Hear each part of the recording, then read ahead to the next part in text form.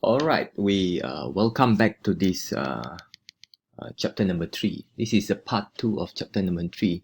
For this part, I'll be discussing or mention to you about a few important issues, especially regarding the time series modeling. The first part was very much related to the ARMA and ARIMA modeling, especially to understand the behavior and to know that to understand the few important elements, especially in time series data.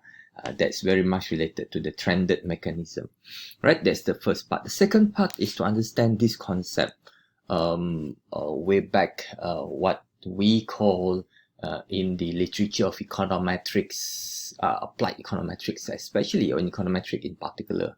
We call these terms as spurious regression. Spurious regression, or in some literature, they call it nonsense regression. What does that mean? That means that if you see that here, the definition is that if the regression in which we frequently reject the null hypothesis that beta equal to 0, even in the case that the null is correct. This is one. The second part is that it have, when both the error term and the variables have spurious trend, right? Independent variable can be appeared to be more significant than actually they are, and underlying trend as the dependent variable. What trend? So the idea there is trend is to understanding of what is going on, or in other words, is that spurious regression means that the failure to understand the characteristic of the time series data that we have. All right. Again, this thing is been as we know, the or the least square method have been quite some times yet. The least square methods have certainly have some limitation, especially between correlation and causality, and use unwisely to produce may produce misleading evidence. Some statisticians called it as this scenario a spurious phenomenon of spurious regression.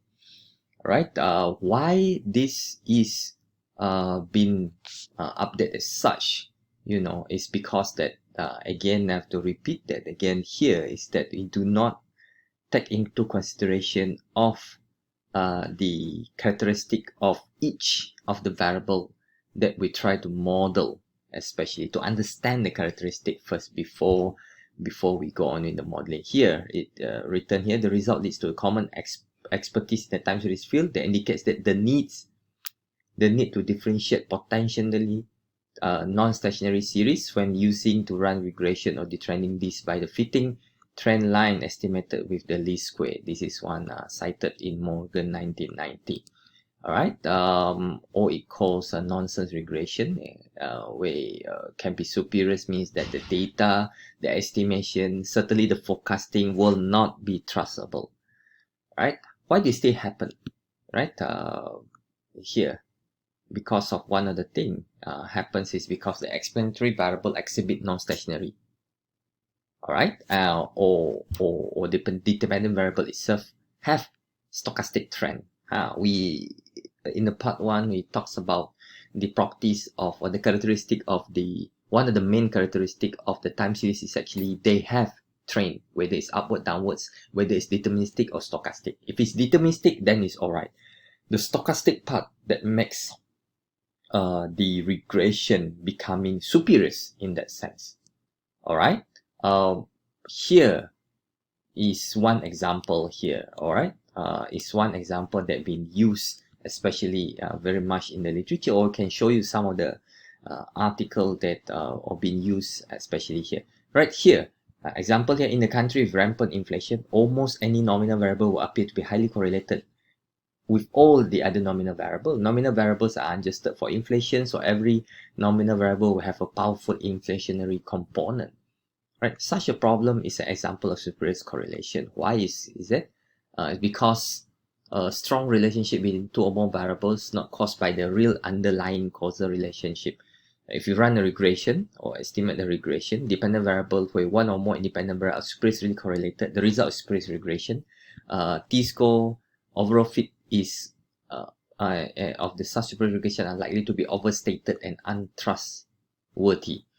Means that you're estimating something that is nonsense or something that might not really shows the real scenario.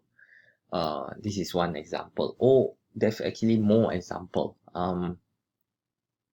As this one, this also Granger and Newbold, especially in 1974, estimated or examined some of the likely consequences of the superficial regression. Right? They argue that the level of many economic time series are non-stationary and the sample path are not represented by the Box-Yankin-Arima process. That is where this Arima has been argued not a very strong methodology by this Granger and Newbold. Granger is actually Cliff Granger, one of the Nobel Prize winner in 2003 with Robert Engel. Right, so they suggested a different approach to look at this kind of scenario. Right, this is being suggested and in this article. Actually, if you see this article, let me show you the article first. Right, this article here. Yeah, this article is actually by Ventosa. Right, we straight away go to the conclusion. It says that superficial regression can arise whenever trending mechanism is present in the data. Even some stationary autocorrelated process can cause superficial result. So what most of the researcher after 1970s do is that they include this analysis of this part of what we call a stationary process, or using a simple AR or the MA or both or Arima in that sense, and then you test for all these process. If we carry on with what we are doing in the ordinary least square OLS, it will bring a high risk to obtain the superficial regression. So and then one of the criteria, especially one of the rule of thumb to see whether your regression adequate rule to identify superficial regression is that the R square is higher than the Durbin-Watson statistic in your output. Right? Yes, we can always look at that. So this is one of the signs that been mentioned by Granger and Newbold in the article of Ventosa, Centaurea, 2009. All right, so this is the issue here where you have a very high R square. Very high R square actually refers to a condition where actually you are in a good scenario, right? Where you have R square is high. I think it is good where the R square is high. Where is my is here? All right. The R square is high, which is actually good. But then again, you have to do not forget that the Durbin-Watson law, then the R square means that you have a problem of autocorrelation inside there, which follow back to your econometric class. Right, let's move on. For example, like this is one example of superficial regression that I've been put into one of the book in econometrics, money illusion. Household mistake changes in general price level for the changes in real price. Right, to test the money illusion, we naively regress the log of real per capita consumption and the rate of inflation. Right, so these two variables. Yeah, I should change this into pen. These two variables, we estimate these two variables, and this is the result. Right, real consumption per capita trend upwards. Inflation does not appear to trend, and you don't have trend in inflation because inflation is a changes in price, right? Not using CPI. Consumption is upward trending per capita. Okay, the higher the income, actually the higher your consumption, or in other words that you consume more with more income. Right, here interestingly, yeah, this is the plot. See this plot here, these two plot here, and this is the variable. This is the result here. As what been following it, the t-test here is 3.007, reject null, right? Euler's real consumption, real consumption and inflation suggests the presence of money illusion. And then if consumption and inflation both contain stochastic trend, then this result might be superior. Then we need to test the existence of stochastic trend. We need to test. You need to test. You need to do this, right? You need to do this existence of this testing to know the characteristic before we do any. So look at this result. Look at this R square just now, as I mentioned to you. The R square and the Watson. You see, the R square is much higher than the Watson. Okay. While talking about this, this is another example that I have from the data that I have from the China data that I have, and the GDP, the real GDP data that I have. You know, following the rule again, you see this R square here comparatively with the Watson. You can have the conclusion says that this regression is actually superior, right? So you can also refer to Gujarati and Porter, this page number, if you have the textbook with you still. Right, then how do we test whether the variable exhibit the stochastic trend? So that is what happened in 1970. So now I'm revealing to you that at this 11 minutes video, for now, I'm revealing to you that look back at your output in your econometric project. When you do your OLS, when you do your project last semester, right? Look back at the output. Compare the R square. Compare your R square. Yeah. Compare the R square and the DW, the W Watson. And can you make some conclusion there? Right? Look back at that. Look back at that, because this is a video. You can always rewind back and look back at those results where you have your R square and W Watson, the output of your ordinary least square from your project. Look at that. Are those fitting in of what we are just discussing here of the rule of thumb that R square is higher than the W Watson? There are huge high risk possibility that this is actually a superior regression, and this is one criteria or the one rule of thumb. The second one is that as I mentioned to you, when you plot the data, does your data looks like this or looks like this or both? Right? Which one? All of your variable, including your y and all your x, right? How does that look like? And then the question is that if in such a case, how do we test that a variable may contain this? A variable may contain no trend, deterministic trend, which you can determine, a stochastic trend, which is random and do not be able to predict it, or both. These are the main characteristic. When I say look back at the result, please do so. Maybe for the next few minutes, you can do so. You can pause here and do so. But I will be discussing this in the class next week to see, to recall back of your results and see back what are you doing. Okay, right. This is the equation part.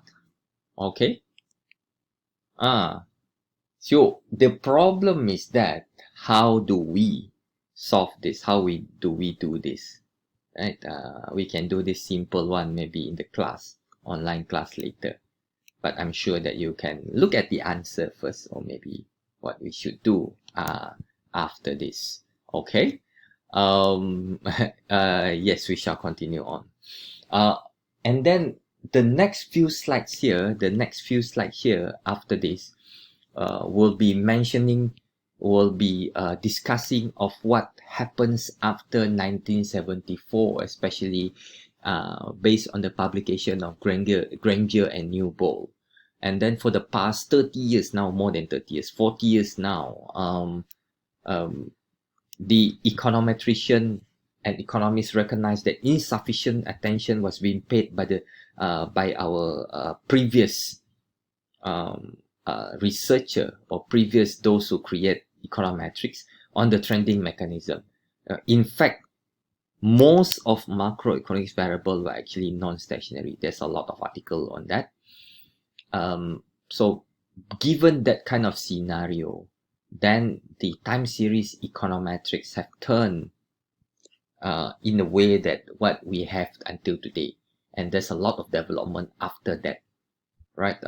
Means that if a series is non-stationary, then we have to transform it into stationary series before we begin the modeling, or the equation must be in a form that can be written as a relationship among the stationary variable in that sense. So this is something new, something beyond your econometrics, right? In your econometric course last semester, of what I also exposed to your friends and Dr. Jerome too, we do not, or you do not actually test the characteristic of the variable. We straight away put into e-views, estimates, get the result and interpret. We do not understand individually the variables. Now we have to understand it individually, each variable, before we decide and before we model it. Right? You see here, transform. Right? So this is the historical development after that, or the evolution of idea after that. You have Granger, Newbold, Davison, Henry, and Mizon, Bowser, and then so on and so on and so on. Nelson Bowser have this is one of the like a must article to read if you are doing non-stationarity, right? Using this method called Dickey and Fuller. So Dickey and Fuller come after Arima. The Arima was in 1970, Granger, Newbold 1974, and then the development to test this kind of mechanism or characteristic exists first in 1979. Then after that, there's a lot of kind of unit root tests. That's what we call today, or stationary t-test, right?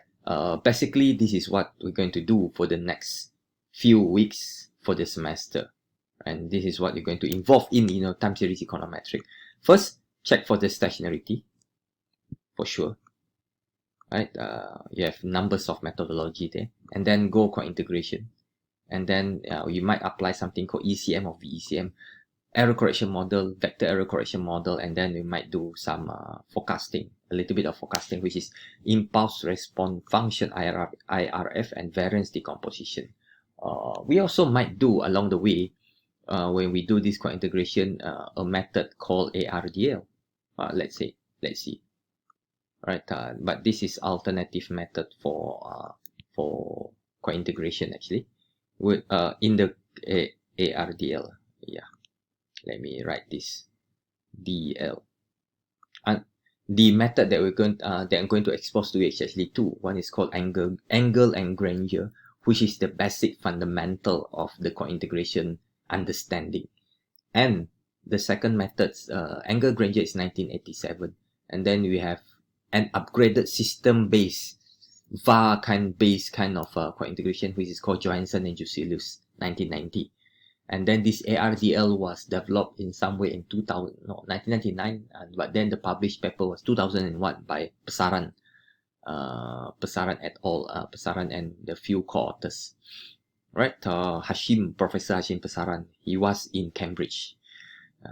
One of the few reasons that I went to Cambridge to look for Pesaran. Anyhow, so these are the some characteristic, and then you change the dimension of how the time series econometric looks like after 1970, right? A time series variable X is stationary if the mean is constant over time, variance is constant over time, simple correlation between xt and xt minus k depend on the lag length of the k, no other but all for the k. If all these are not met, then X is not stationary.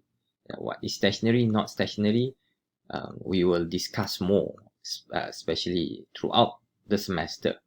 especially in the next chapter.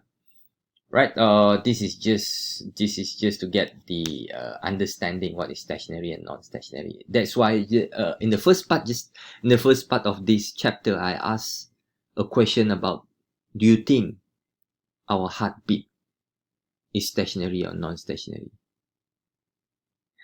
Do you think it's stationary or non-stationary, right? Or do our heartbeat actually random walk? Another concept. Or contain a unit route or random walk or non-stationary. Okay, we will discuss more on these terms, the big terms here. So this is random walk without the drift. Drift means here Gujarati importer refers drift to a constant term. This is with a drift, a constant random walk with a drift. All right, talks about random walk. Imagine random walk is like when you walk after you're drunk. One good example. Or a drunk person try to walk on a straight line. That's the one of the best example. One. The second part of random walk is like what happens now, especially with the pandemic, when everyone mentioned about especially the Prime Minister of Malaysia currently talks about kesana kesini. So kesana kesini means that it's like a random walk. You randomly walk everywhere without a trace. If you plot your walk, you might find out that, or you put some colors on your shoe or your sandals or something like that, you might find that actually you walk quite randomly. We walk actually quite randomly. This one example of what is random walk is to understand the variable. So maybe you walk like it. So and one of the example that always given in the literature is a blind man. A blind person or man who walk aimlessly because the person could not see. Yeah, you do not know, he or she do not know the direction, except that he or she have the either the stick or animal, which is dog, which could guide them. So without that, they will walk randomly. That's one example. The second example, the previous example just now I give you was on the drunk person who tried to walk on straight line. Right? And the third example is the best example for now is the pandemic, where everyone randomly walk here and there and without any physical distance and so on, and the pandemic becoming much more wider scale and so on, right? So as of now, I'll stop here. Right, as I promised to you, I will show to you the Arima example modeling for the pandemic in the in our online class. Right, for time being, thank you very much for listening, and this is the end of chapter number 3, but not the end of the lecture. Thank you.